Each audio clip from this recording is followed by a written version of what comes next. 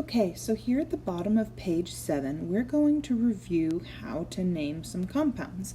And first off, remember that we do have two different types of compounds, and it's based on the type of bond that occurs between those elements. And the different types of bonds are going to be based on the electronegativity differences between the elements forming those bonds. So we're not going to be sitting here and calculating these differences. Most of the time, it's actually going to come back to the type of atom that we've got. So when we're forming these bonds, the first type of bond that we're going to be discussing and reminding you how to name is ionic. And in ionic bonds, electrons are transferred. This tends to be between a metal and a non-metal element. But sometimes these do occur when there's a big enough electronegativity difference that one molecule atom is going to steal the electrons from the other. And we will review how to draw out these Lewis dot diagrams for ionic compounds, but you'd start with each of the atoms separately. So like sodium chloride, start with the sodium and the chlorine, and then we drew that actual transfer, that movement of the electron from the sodium to the chlorine. And then we redrew them afterwards with these charges, because sodium would lose an electron, it'd become a +1 charge, and our chlorine gaining 1 electron would become a -1. Now, in our covalent compounds, our electrons are not being transferred, they're being shared. And we can see this by the molecules that we draw having those lines connecting the C to the H. Those are shared electrons. They don't belong to the C or the H, they belong to both. They spend time around both of those atoms. And these types of bonds generally occur between non-metals. So non-metals only, could be 2 non-metals, 3 non-metals, or more. And doesn't matter whether it's a single bond or a double bond, those are being shared around those atoms. Now, we are going to go through and I'm going to discuss the rules for how to write the names for ionic compounds, and there's a couple different types of ionic compounds, and then covalent compounds, as well as our acids. But just to give you a little preview, if you go ahead and look at page 10, I have summarized all of these rules in a nice little flowchart. So once you've decided what type of compound you have, you could probably kind of review how to name them and try practicing those different names using this flowchart as a guide if you need, and if you think that's all you need to remember them. But if you are a little bit unfamiliar, a little uncertain about how to name these different types of compounds, I'm going to go through these notes with you and help walk you through it. So feel free to skip over any of these parts that are easy and that you understand, and just focus on spending the time listening to and working through the problems that are tough for you. Okay, so here with our ionic compounds, let's start by talking about our names. When we name a ionic compound, the metal's name stays the same, and then the non-metal's name is going to change to have this "ide" ending there to show that it's not just sodium and chlorine in the same beaker. Sodium chloride tells us that they have formed a bond together. And that metal is always going to be at the beginning of our ionic compound, but since we're going to be starting by looking at a formula like this Na2O, just leave them in the same order that they are. So first element name, Na, that is sodium. And then oxygen is our second element's name, and we're going to change oxygen to have an "ide" ending. We generally keep kind of the first syllable, so ox from oxygen, change the ending to have an "ide" ending.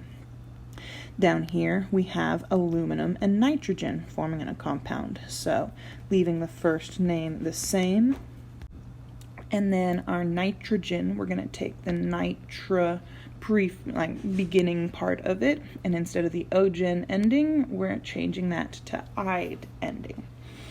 Now, down here we have lead and oxygen together, so this is going to be a lead oxide. But a little note that we have here is that if we have a metal with more than one charge, which tends to be those transition metals in the middle, kind of D block of that periodic table, then we need to figure out what their charge is, because they can have multiple charges. We need to figure out what charge they're having here in this compound and put that charge in the middle of the name in parentheses, just like what you see here with the iron 3 chloride. And the way we can figure out its charge, even though we don't know lead's charge, we do know that when these two atoms get together, their charges are going to be canceling each other. The positive and the negative always cancel each other out. And we'll kind of talk about that more with our formula writing. So if we know oxygen's charge, which we can find from its position in the periodic table, it would be a -2 charge.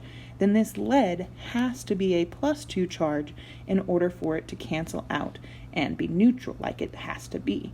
So this is lead 2 oxide.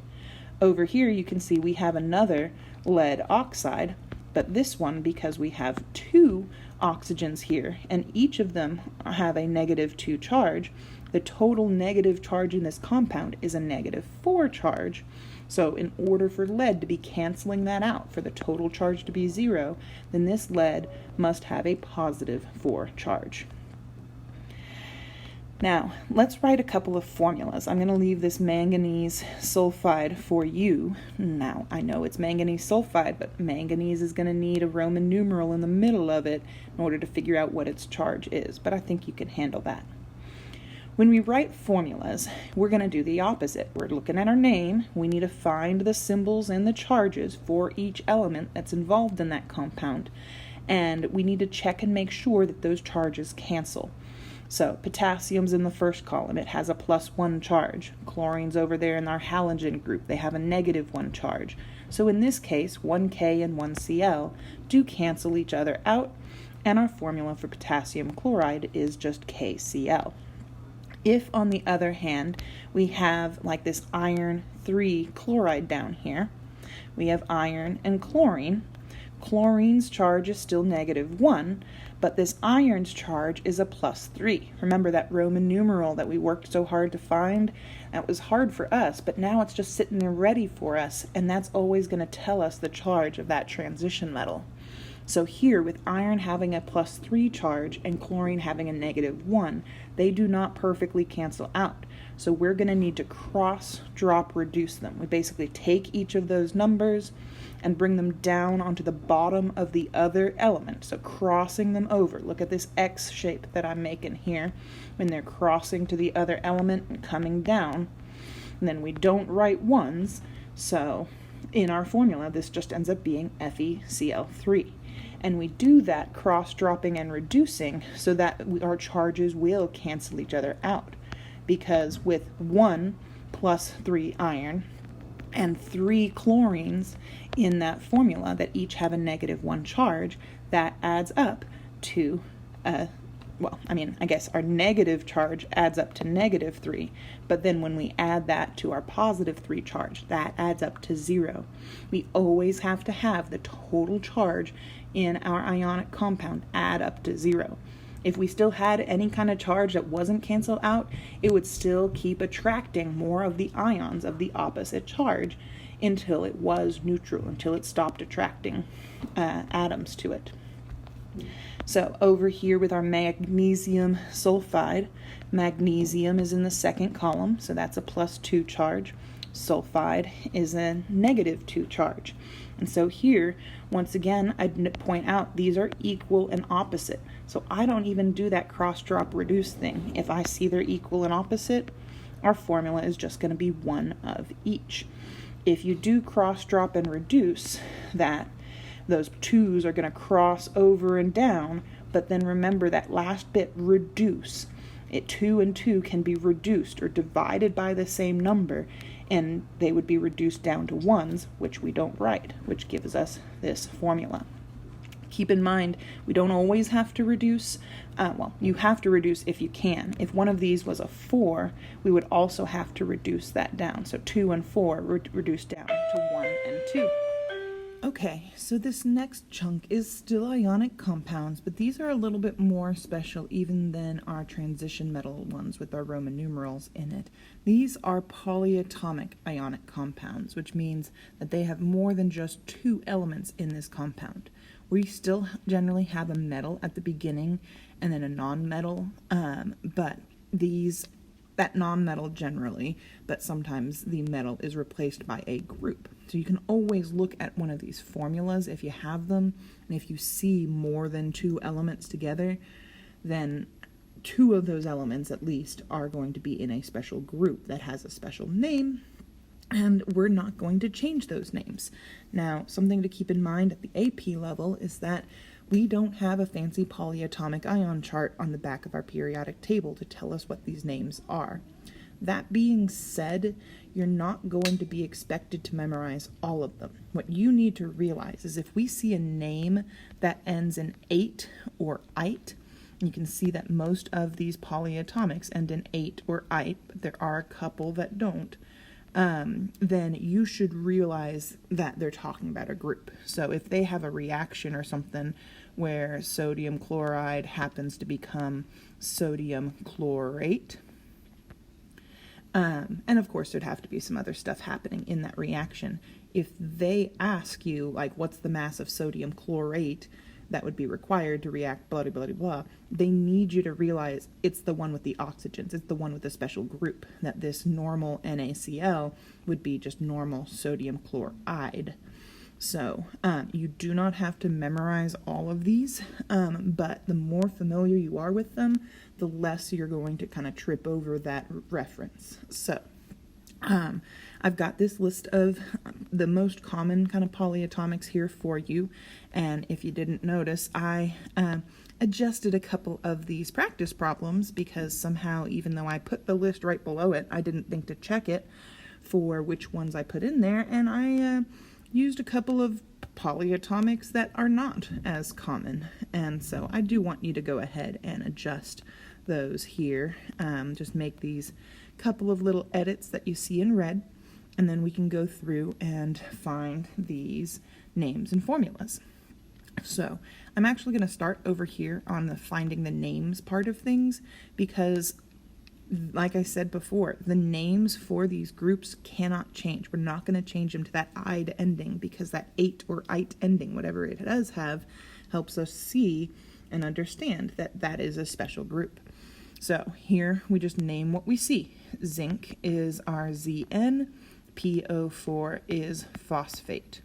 So Zn3PO4 is zinc phosphate.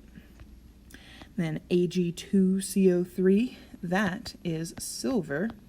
And as long as you've adjusted that instead of oxalate, C2O4, it's now CO3, then that is carbonate there. And now if we come over onto the side where we have the names and we're trying to write the formulas, just like with our normal ionic compounds, we need to find the symbols and charges and cross-drop reduce. It's just that the symbols and charge of this special group are something you're probably going to have to check our list for because you might not have those memorized, and the periodic table won't help you. So that carbonate ion is CO3 with a -2 charge. And it's just going to be the -2 that's crossing, dropping, and reducing, not that 3. That stays part of carbonate. So our potassium carbonate is going to be K2CO3. Ammonium chlorate, well, ammonium is one of the only polyatomics that has a positive charge, so it can go first in our ionic compounds there. And then chlorate is ClO3 with a -1 charge. So this is two different polyatomics together, but this is still an ionic compound. Even though you don't see a metal here, it's because we've got these opposite charges. That electrostatic attraction of those opposite charges is what's holding those two pieces together. So notice that +1 and -1, they're equal and opposite, so they just cancel out. So we're just going to shove ammonium and chlorate together. And that's our formula.